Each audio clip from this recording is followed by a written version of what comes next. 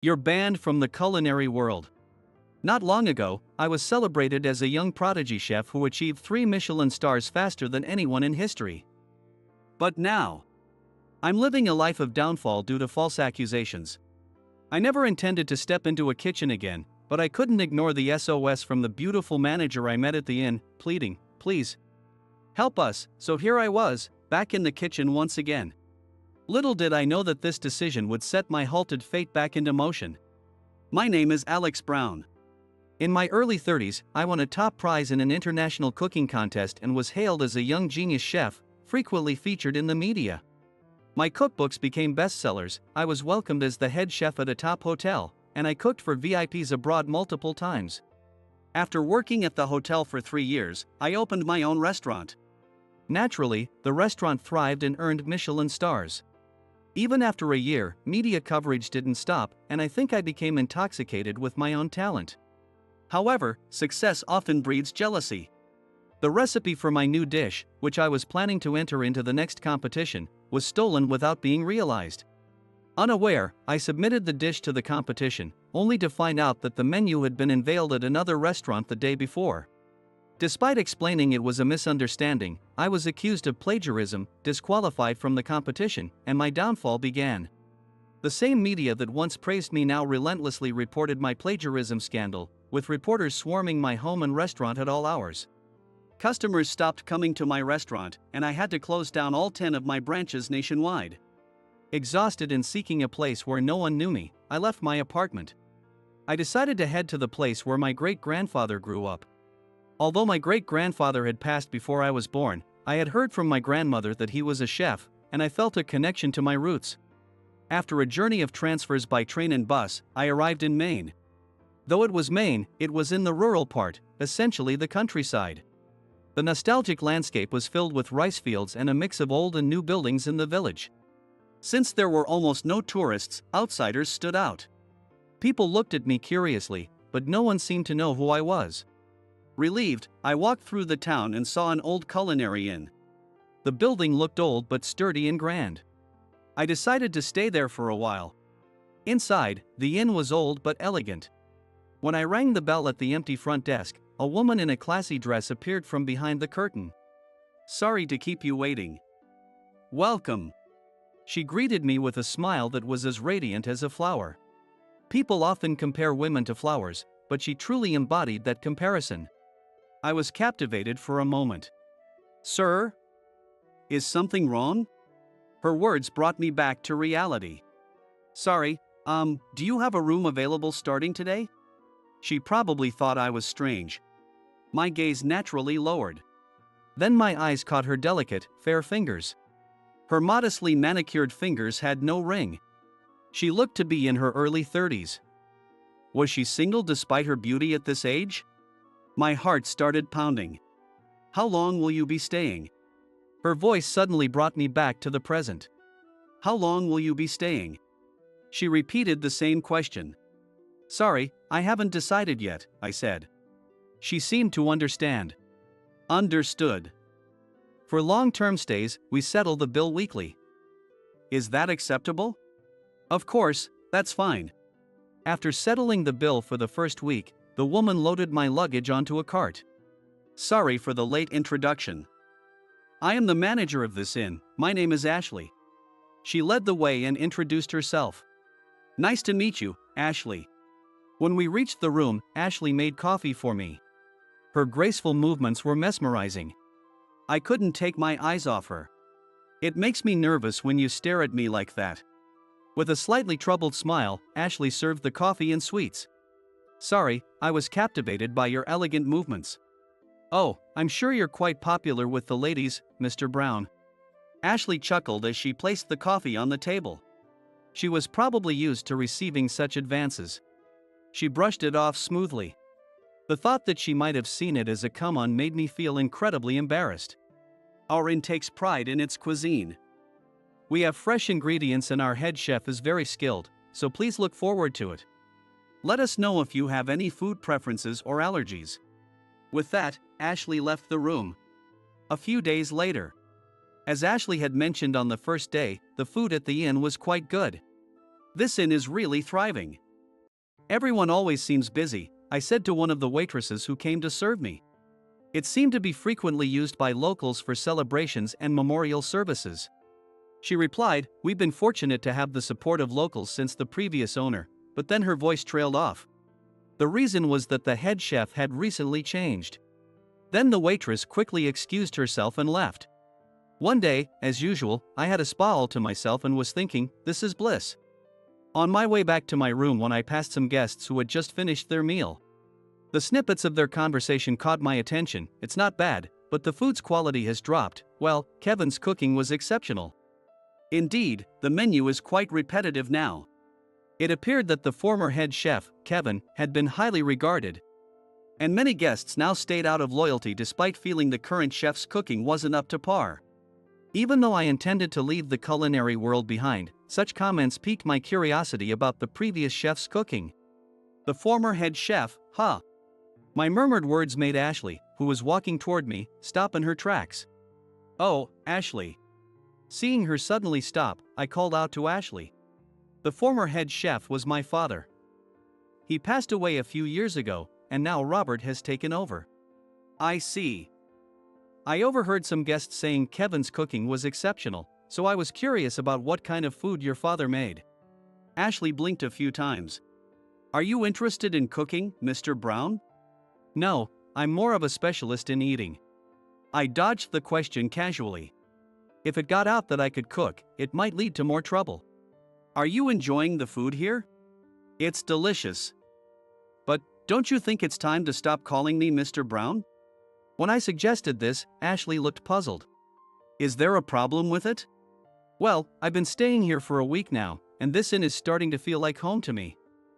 Being called Mr. Brown feels a bit too formal. Ashley thought about it for a moment.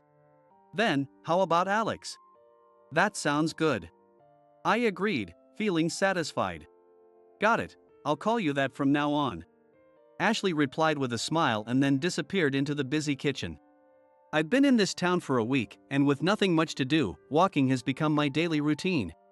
There are several walking routes, and I've started to become familiar with the residents I meet during my strolls. At first, we only exchanged greetings, but now we have casual conversations. And recently they've even invited me for coffee on their porches or occasionally into their homes for meals. In return, I help out with small chores like weeding their gardens or painting walls. It's a way to pass the time, get to know the locals, and carve out a place for myself here. Days passed quickly this way. One day, as I was returning from my routine walk, I heard voices arguing near the inn staff entrance. One of the voices was Ashley's. The other sounded like a man's. You can't just spring this on us. It's not sudden, I've been telling you for a while. That's a different matter. Anyway, it's up to you to decide. The man said this and left without noticing me. I hesitated to call out to Ashley and decided to walk away. The next morning, I woke up early and got ready for a walk. When I came down to the lobby, I saw Ashley on the phone, looking pale. Is something wrong? I felt hesitant to ask in the middle of her call, but when she finished and our eyes met, I couldn't help but inquire. We have a wedding reception scheduled for this afternoon, but Robert collapsed and can't make it. Ashley looked devastated as she lowered her eyes. Ashley, the ingredients for today have arrived. Please accept them for now. I'm going to see Robert. It seemed the staff were quite panicked. I'm sorry to pry, but did Robert have a sudden illness? He says he collapsed, but in reality, it seems I upset him. Anyway, I need to go convince him. I grabbed Ashley's arm to stop her as she was about to leave. I had a gut feeling that letting her go wasn't the right move. It was just an instinct. Today's reception is hosted by a prominent local family. If we can't serve the food, not only will we have to pay a large cancellation fee, but we might not be able to continue running this in here. It would affect not just me, but all our employees. Ashley tried to pull her arm away. Can you let me handle the cooking for the reception? That's impossible. You're not even a chef. She looked at me in disbelief. I may not be a chef now, but I used to be one. Ashley looked stunned. You were a chef? I left the profession before coming here. I even worked in a hotel kitchen, so I think I can help. She bit her lip hard. Please help us." With that, she led me to the kitchen. I started by checking the ingredients.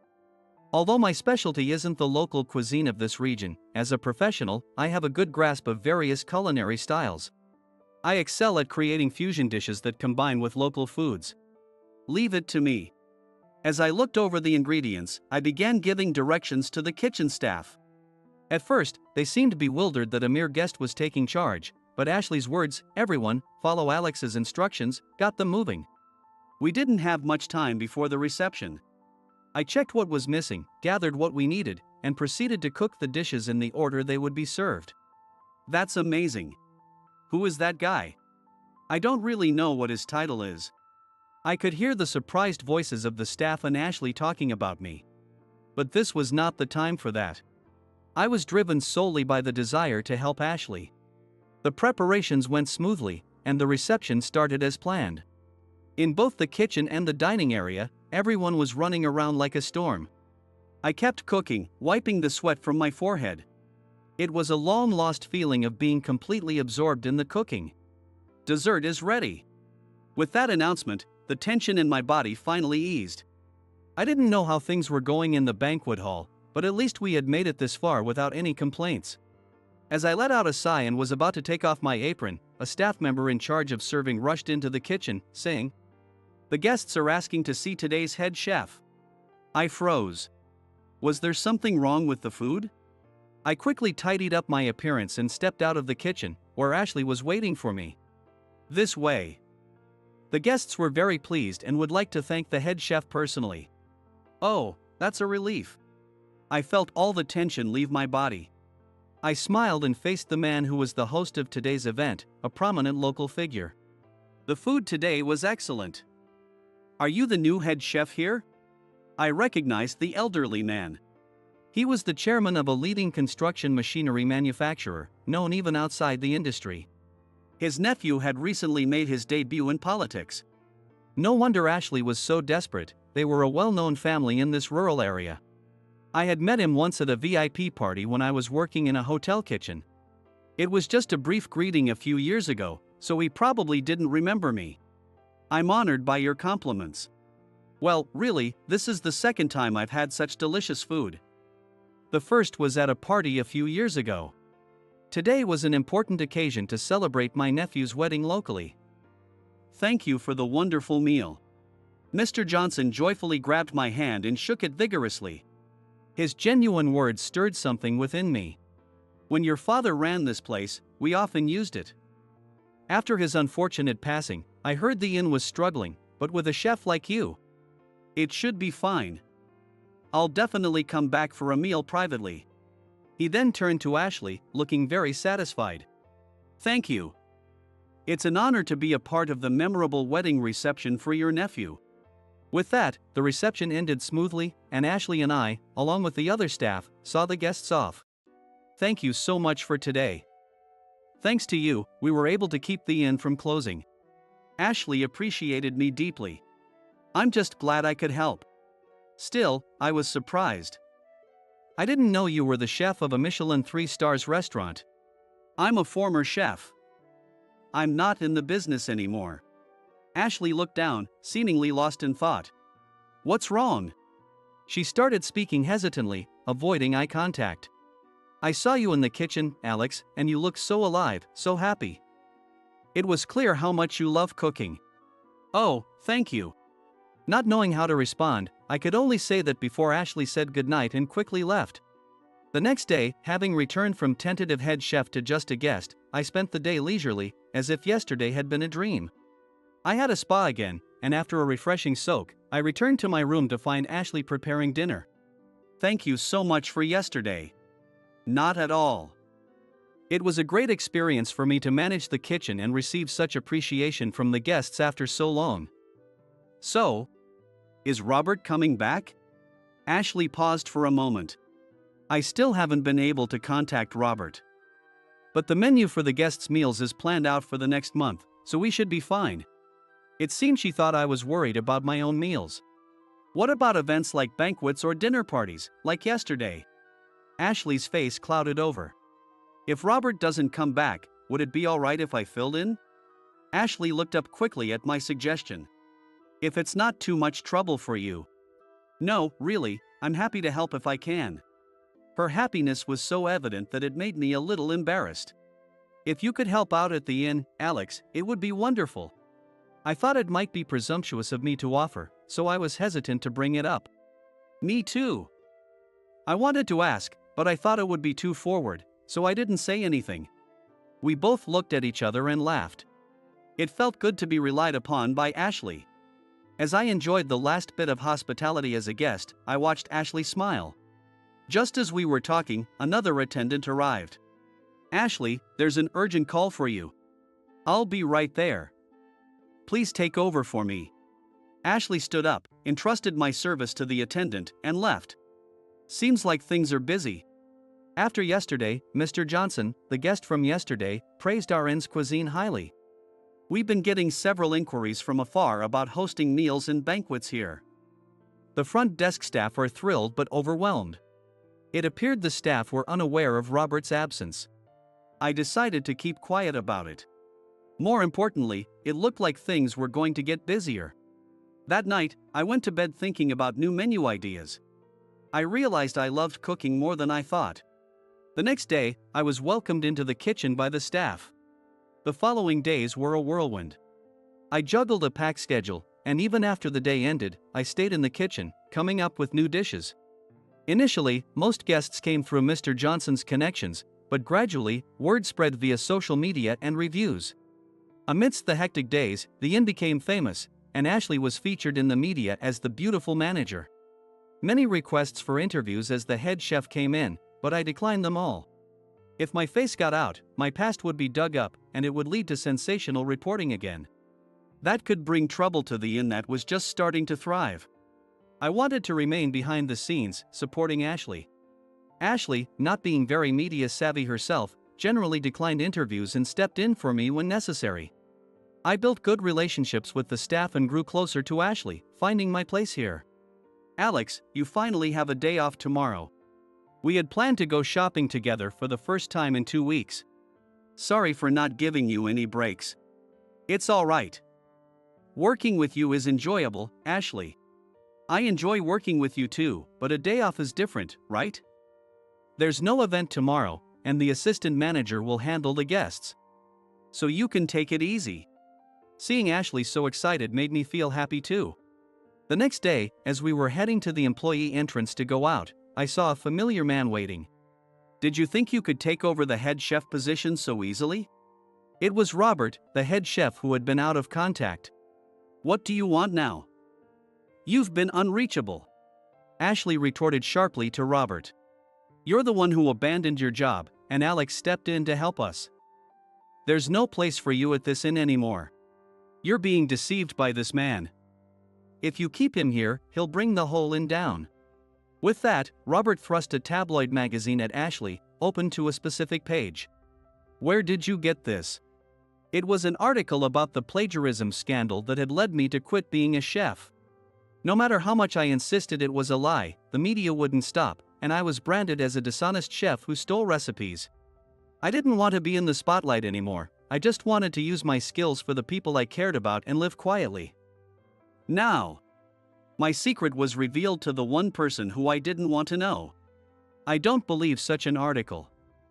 Alex doesn't need to steal anyone's recipes, Ashley said confidently to Robert. I was stunned by her unwavering trust in me. The truth doesn't matter. The public believes it. Isn't that enough? If you stay with this guy, the inn's reputation will suffer. Fire him and let me come back. When Robert tried to grab Ashley's hand, I instinctively swatted it away. What are you doing? Can't handle the truth, so you resort to violence? Regardless of my situation, a chef who abandons the kitchen isn't much of a chef. Don't you love cooking? Don't you have any pride as a chef? Robert burst into laughter. He clutched his stomach as if he couldn't contain his amusement. Love cooking? Hearing a famous chef say something so naive is hilarious. Get real. He reached for Ashley's hand again, but this time she shook it off and moved behind me. I already rejected your proposal. Leave me alone. She peeked over my shoulder, glaring at Robert with genuine disgust. I was going to handle this quietly, but if that's your attitude, I'll spread this all over the media and social networks. Disgraced chef working as head chef here. You'll be ruined. Go ahead, do as you like. Alex's cooking speaks for itself. Those who appreciate it will know the truth. We won't be defeated by your threats. Ashley responded defiantly, making me laugh. Why are you laughing, Alex? Being with you makes my past seem unimportant. The tense atmosphere suddenly lightened. Sure, spread it all over the media or social media. I'll just keep making food that people love. Let's go, Ashley. Wait, we're not done here. Robert was interrupted by another voice. A lowly chef like you trying to ruin his future? Know your place. The voice was commanding and filled with anger, making us stop in our tracks. It was Mr. Johnson. Mr. Johnson? Why are you here? Your cooking reminded me. The dish that moved me at a party years ago, that was you, wasn't it? You remember that? Mr. Johnson smiled at me, then turned to Robert with a stern expression.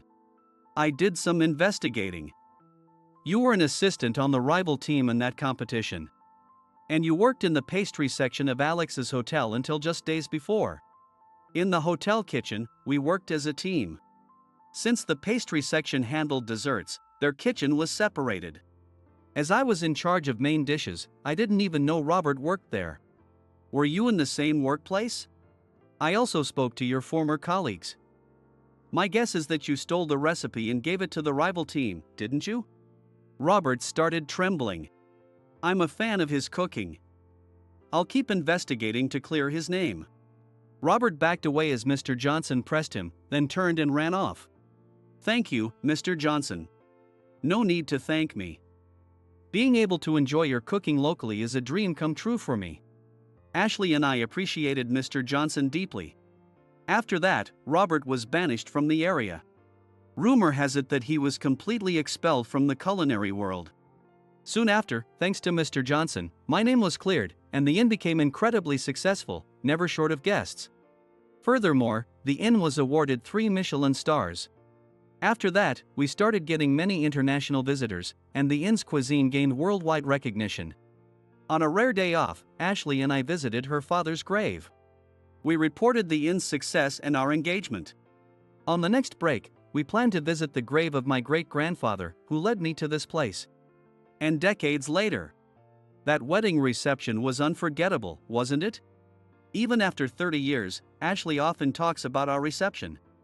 Our wedding was grand, with Mr. Johnson and his wife acting as our witnesses. The reception was held at the inn, and I, the groom, personally cooked for the guests. With you in the kitchen, I had to sit at my table alone.